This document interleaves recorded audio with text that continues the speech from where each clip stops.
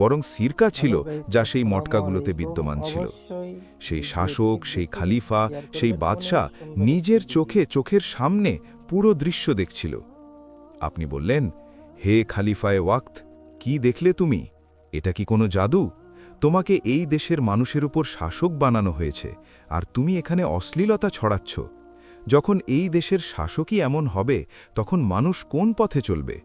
জানো, কিয়ামতের দিন সবার আগে জিজ্ঞাসা একজন ন্যায়পরায়ণ শাসককে করা হবে। যদি সে আল্লাহর পছন্দের হয়, সে সৎ কাজ করে থাকে, সে ইনসাফ পছন্দকারী হয়, তবে সে জান্নাতে যাবে। কিন্তু রাসূলুল্লাহ সাল্লাল্লাহু আলাইহি ওয়াসাল্লামের ফরমান হল, যে কোনো ব্যক্তিকে আল্লাহ পাক কোনো রাইয়াতের অর্থাৎ প্রজাদের দায়িত্বশীল বানিয়েছেন, সেখানকার বাদশাহ হোক বা খলিফা, সে যেদিন মরবে সেই অবস্থায় মরবে যে সে তার প্রজাদের সাথে বিশ্বাসঘাতকতা করেছে, তবে আল্লাহ তাআলা তার ওপর জান্নাত হারাম করে দেবেন। বাদশাহ, তুমি আমাদের দরবারে এলে, আমাদের সামনে সম্পদের স্তূপ লাগিয়ে দিলে, সম্পদের লোভ দেখালে এবং সম্পদ আমাদের কদমে ঢেলে দিয়ে আমাদের কিনতে চাইতে। কিন্তু আমাদের এসব জিনিসের কোনো লোভ হয়নি। আমরা এখানে নিজেদের জন্য নেই।